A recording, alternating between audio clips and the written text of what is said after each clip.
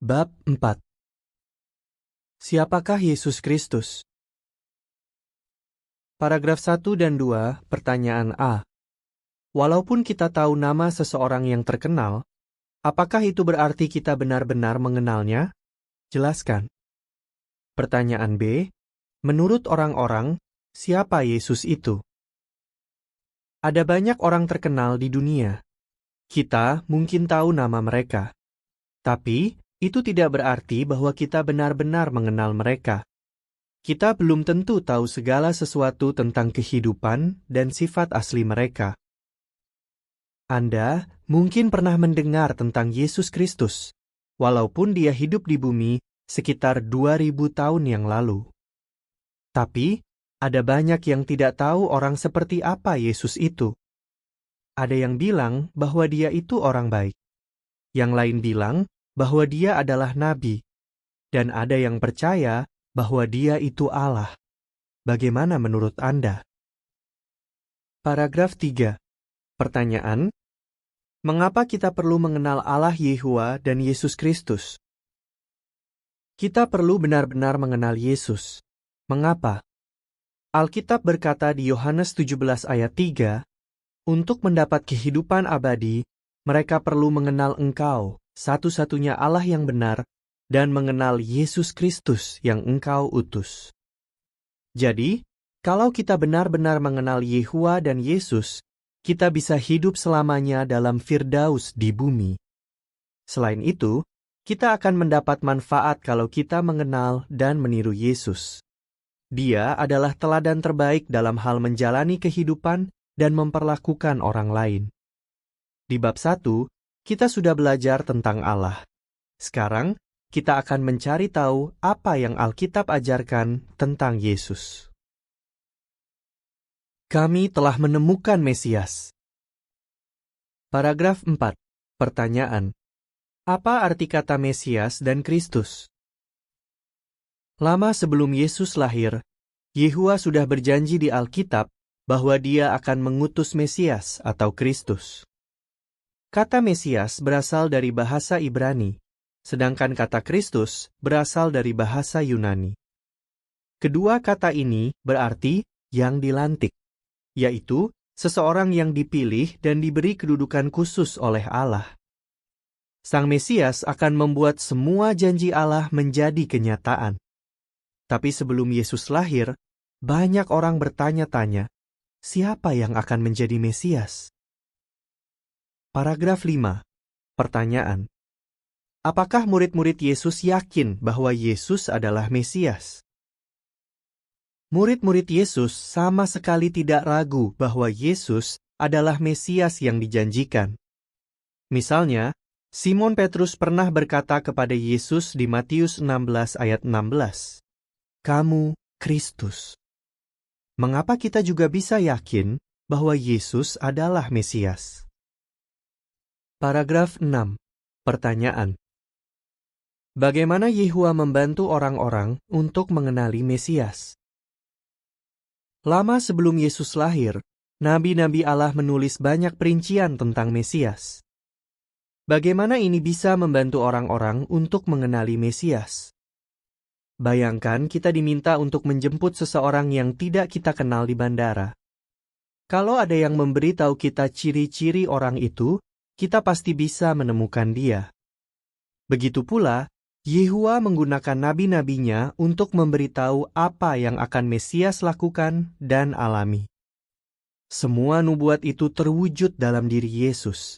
Hasilnya, orang yang benar-benar ingin mengenali Mesias tahu bahwa Yesuslah Mesias itu. Paragraf 7. Pertanyaan: dua nubuat apa yang membuktikan bahwa Yesus adalah Mesias? Coba perhatikan dua nubuat berikut. Pertama, 700 tahun sebelum Yesus lahir, Nabi Mika menubuatkan bahwa Mesias akan lahir di kota kecil bernama Betlehem. Dan Yesus memang lahir di sana. Kedua, Nabi Daniel menubuatkan bahwa Mesias akan muncul pada tahun 29 Masehi. Ini hanyalah dua nubuat yang membuktikan bahwa Yesus adalah Mesias yang dijanjikan. Catatan kaki mengatakan, Masehi adalah perhitungan waktu yang dimulai pada zaman Yesus. Sebelum Masehi adalah perhitungan waktu yang dimulai sebelum zaman Yesus. Akhir catatan kaki. Paragraf 8 dan 9. Pertanyaan. Apa yang terjadi saat Yesus dibaptis yang membuktikan bahwa Dia adalah Mesias? Yehua menunjukkan dengan jelas bahwa Yesus adalah Mesias. Allah berjanji bahwa Dia akan memberikan sebuah tanda kepada Yohanes Pembaptis yang adalah seorang nabi. Tujuannya adalah supaya dia bisa mengenali Mesias. Pada 29 Masehi, Yesus menemui Yohanes di Sungai Yordan untuk dibaptis. Pada saat itulah Yohanes melihat tanda itu. Alkitab menjelaskan kejadiannya di Matius 3 ayat 16 dan 17. Setelah dibaptis, Yesus segera keluar dari air. Tiba-tiba langit terbuka, dan Yohanes melihat kuasa kudus Allah turun ke atas Yesus seperti burung merpati. Terdengar juga suara dari langit, "Inilah putraku yang kukasihi, aku berkenan kepadanya." Ketika Yohanes melihat dan mendengar tanda itu, dia tahu bahwa Yesus adalah Mesias. Pada hari itu, sewaktu Yehua mencurahkan kuasa kudusnya kepada Yesus, dia menjadi Mesias. Dialah yang Yehua pilih untuk menjadi pemimpin dan raja. Nubuat Alkitab, kata-kata Yehua sendiri, dan tanda yang dia berikan saat Yesus dibaptis membuktikan bahwa Yesus adalah Mesias. Tapi, dari mana sebenarnya Yesus berasal? Dan orang seperti apa dia itu? Mari kita perhatikan apa yang Alkitab katakan. Dari mana Yesus berasal? Paragraf 10, pertanyaan. Apa kata Alkitab tentang kehidupan Yesus sebelum dia datang ke bumi? Alkitab mengajarkan bahwa sebelum Yesus datang ke bumi, dia sudah lama tinggal di surga. Mika 5 ayat 2 berkata bahwa Mesias sudah ada sejak zaman dulu. Yesus sendiri sering berkata bahwa dia tinggal di surga sebelum dilahirkan sebagai manusia. Yohanes 3 ayat 13 mengatakan, "Tidak ada orang yang pernah naik ke surga, tapi putra manusia turun dari surga." Yohanes 6 ayat 38 mengatakan, "Saya turun dari surga, bukan untuk melakukan kehendak saya sendiri, tapi untuk melakukan kehendak Dia yang mengutus saya." Ayat 62 mengatakan, "Apa jadinya kalau kalian lihat putra manusia naik ke tempat asalnya?" Yohanes 17 ayat 4 dan 5 mengatakan, "Aku sudah memuliakan engkau di bumi dengan menyelesaikan pekerjaan yang kau berikan kepadaku. Jadi sekarang, Bapa, berilah aku kemuliaan di sisimu, seperti kemuliaan yang kumiliki di sebelahmu sebelum dunia ada."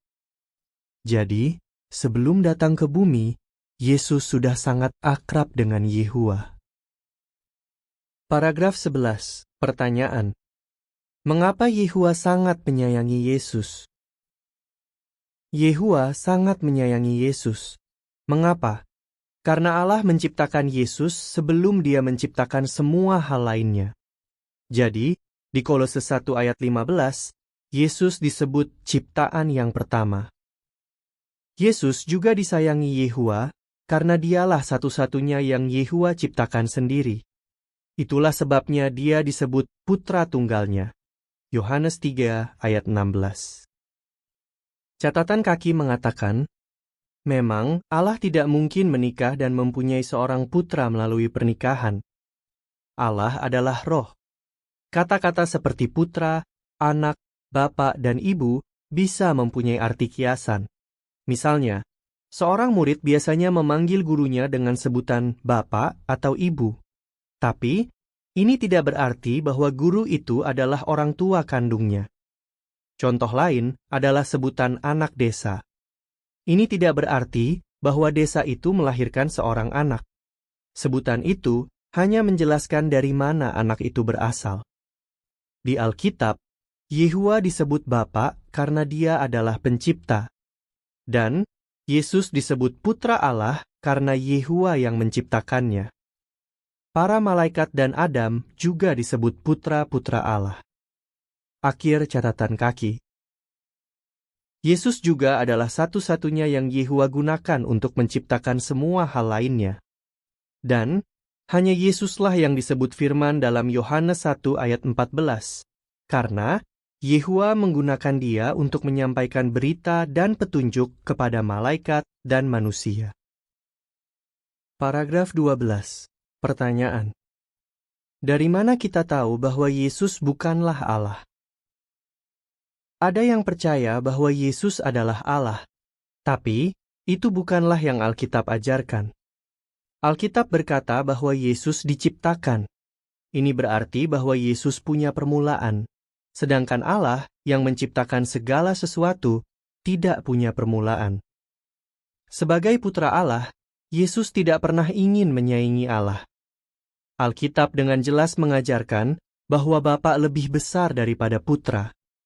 Yohanes 14 ayat 28 mengatakan, "Kalian pernah mendengar aku berkata, Aku akan pergi dan aku akan kembali kepada kalian. Kalau kalian mengasihi aku, kalian akan senang karena aku pergi kepada Bapa, sebab Bapa lebih besar daripada aku." Yehualah satu-satunya Allah yang Maha Kuasa. Kejadian 17 ayat 1.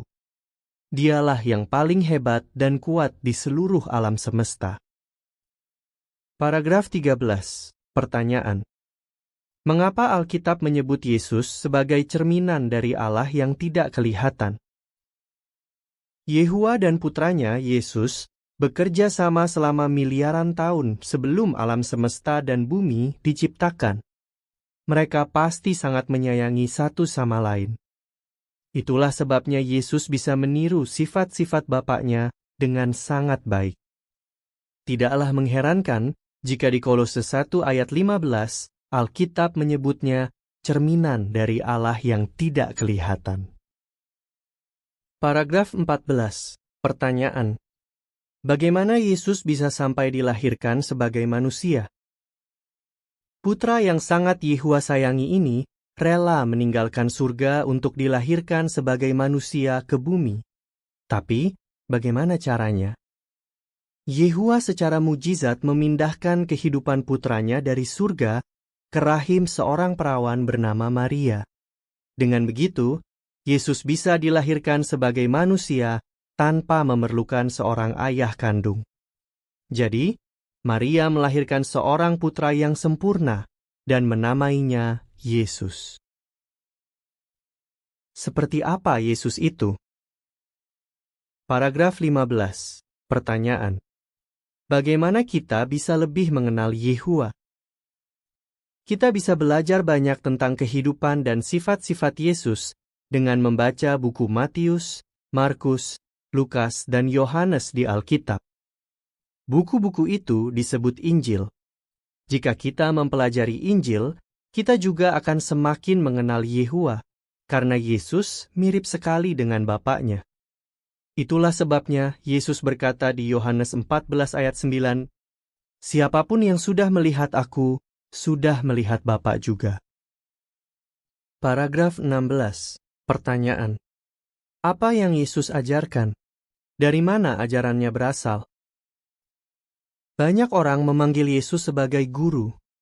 Salah satu hal terpenting yang dia ajarkan adalah kabar baik tentang kerajaan Allah. Tapi, apa kerajaan Allah itu? Itu adalah pemerintahan Allah di surga yang akan memerintah atas seluruh bumi dan menghasilkan berkat bagi manusia yang taat kepada Allah. Semua yang Yesus ajarkan berasal dari Yehua. Dalam Yohanes 7 ayat 16, Yesus berkata, "Yang saya ajarkan bukan ajaran saya sendiri, tapi ajaran Dia yang mengutus saya." Yesus tahu bahwa Yehua ingin agar orang-orang mendengar kabar baik tentang kerajaan Allah yang akan memerintah atas bumi.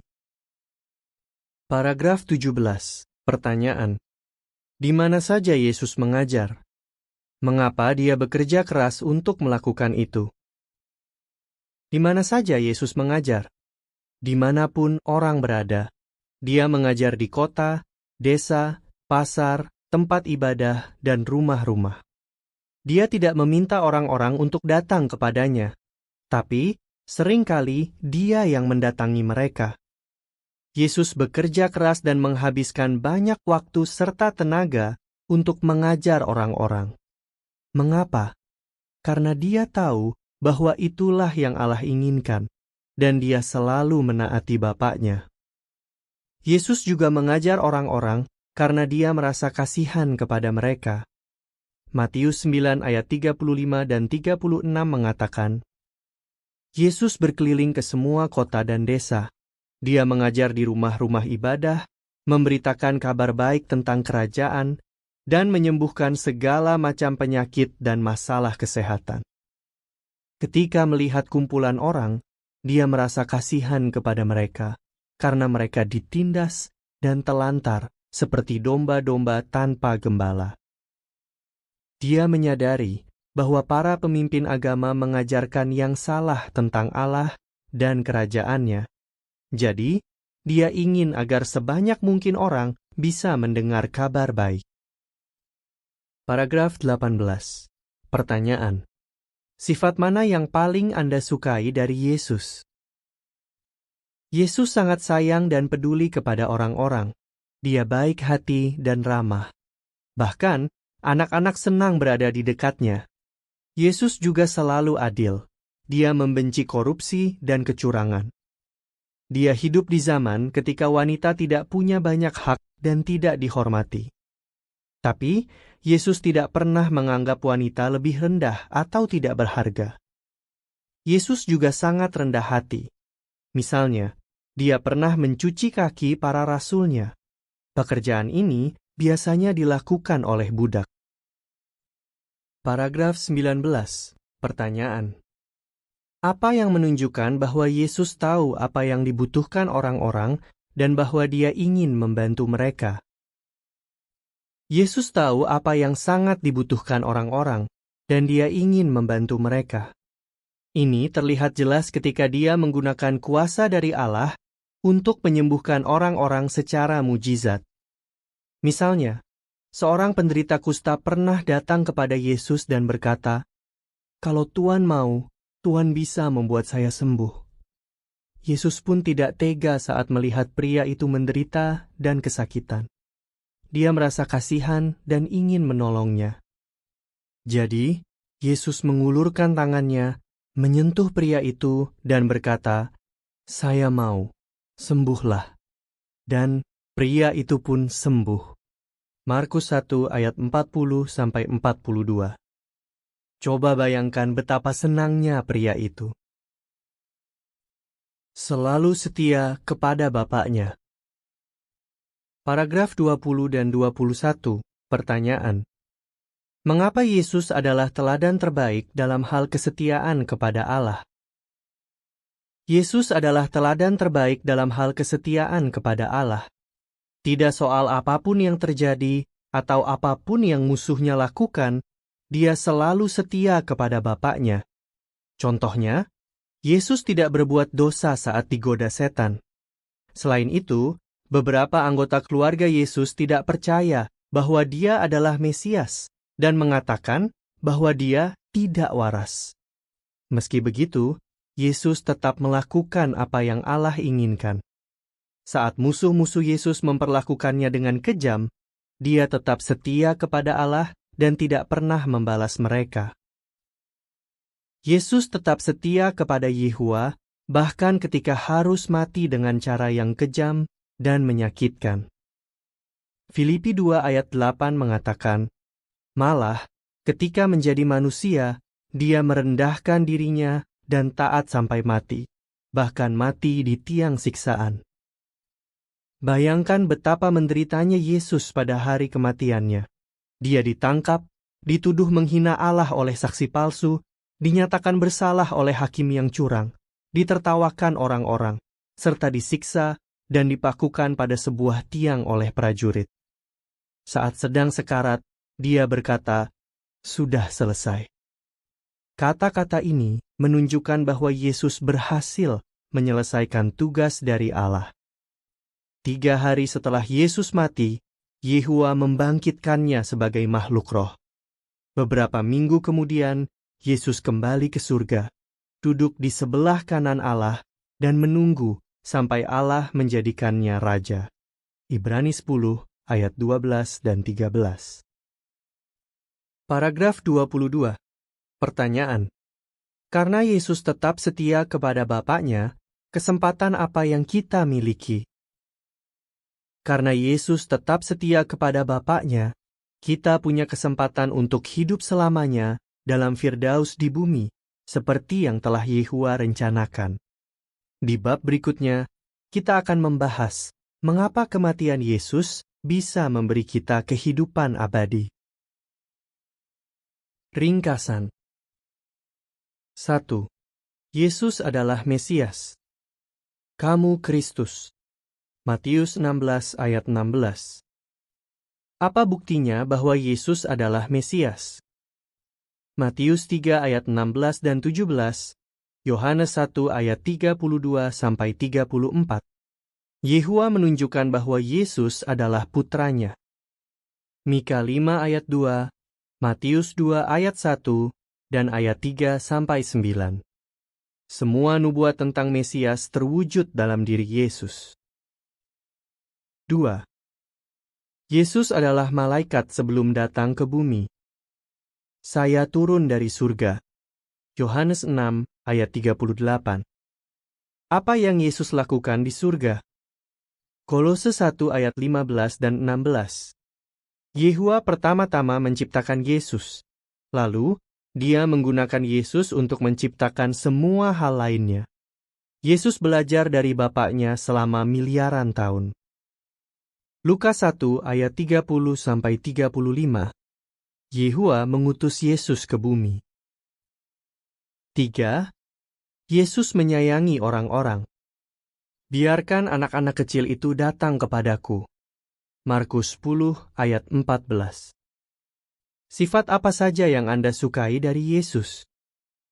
Markus 10 ayat 13 sampai 16. Yesus baik hati dan ramah. Yohanes 4 ayat 9 dan 27. Yesus tidak menganggap wanita lebih rendah dan tidak berharga. Yohanes 13 ayat 2 sampai 5 dan ayat 12 sampai 17. Yesus rendah hati. Matius 9 ayat 35 dan 36, Markus 1 ayat 40 sampai 42. Yesus suka menolong orang lain. 4. Yesus selalu melakukan apa yang Allah inginkan. Aku sudah menyelesaikan pekerjaan yang kau berikan kepadaku. Yohanes 17 ayat 4. Bagaimana contoh Yesus bisa membuat kita tetap setia? Matius 4 ayat 1 sampai 11. Yesus tetap setia sewaktu digoda iblis. Markus 3 ayat 21. Yesus tetap melakukan apa yang Allah inginkan bahkan saat diejek keluarganya. 1 Petrus 2 ayat 21 sampai 23. Yesus tidak pernah membalas musuh-musuhnya. Filipi 2 ayat 8. Yesus tetap setia kepada Allah bahkan sampai mati. Ibrani 10 ayat 12 dan 13, 1 Petrus 3 ayat 18. Yehua membangkitkan Yesus ke surga.